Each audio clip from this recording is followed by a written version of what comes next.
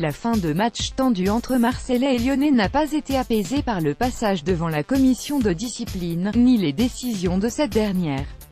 Remettons les choses dans leur contexte. Le 18 mars, Marseille reçoit Lyon et compte 5 points d'avance sur les Lyonnais. Dans les arrêts de jeu, Memphis Depay donne la victoire à Lyon, 3-2, et relance la course à la Ligue des Champions.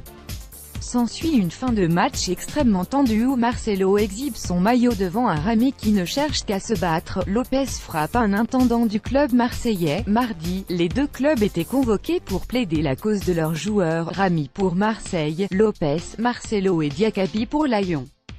Puis le verdict est tombé, 3 matchs de suspension pour les deux premiers nommés, 2 avec sursis pour Marcelo. Ce qui a occasionné cette réflexion de Jacques-Henri Hérault sur Twitter. J'ai compris, Jacques-Henri Hérault, @Géraud, April 24, 2018. Pour le président marseillais, cela ne fait pas de doute, Lyon est favorisé par la commission de discipline. À Marseille, on réclamait 2 ans de suspension pour Lopez quand le gardien portugais a finalement écopé de la même sanction que Rami. Forcément, Jean-Michel Aulas n'a pas tardé à réagir. Je suis atterré parce que Jacques-Henri Hérault vient d'entrer au conseil d'administration de la LFP à ma demande et je n'ai pas compris le « j'ai compris ». Si je devais comprendre ce qui est sous-tendu, ça fait peur. Ce serait indirectement des accusations. Je pense qu'il y a d'autres explications et je suis certain qu'il va en donner. Mais que s'est-il passé ce mardi soir? L'OM charge, Lyon défendons apprend ainsi dans l'équipe que Marseille a passé son temps à attaquer et charger les joueurs de Lyon alors que le club lyonnais cherchait principalement à défendre les siens.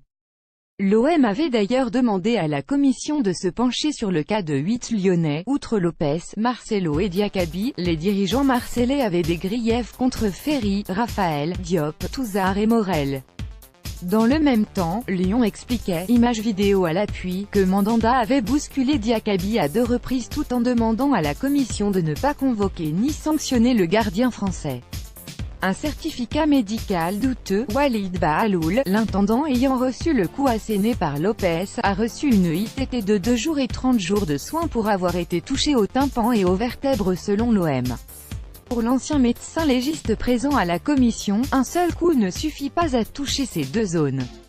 Il aurait donc fallu que Lopez frappe 2 fois pour que ces 2 blessures soient possibles. Le médecin explique également que c'est un arrêt de travail et non une ITT qu'aurait dû se voir signifier Bahaloul.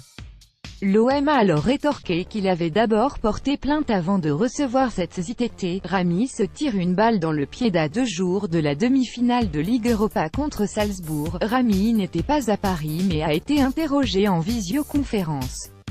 Le problème pour le défenseur c'est que sa version des faits ne correspond pas à ce que montrent les images, regardées en direct par les membres de la commission. Pour le Marseillais, il revenait sur ses pas vérifier que tous ses coéquipiers étaient bien sortis du terrain et c'est à cette occasion qu'il a eu une discussion peu cordiale avec Ferry.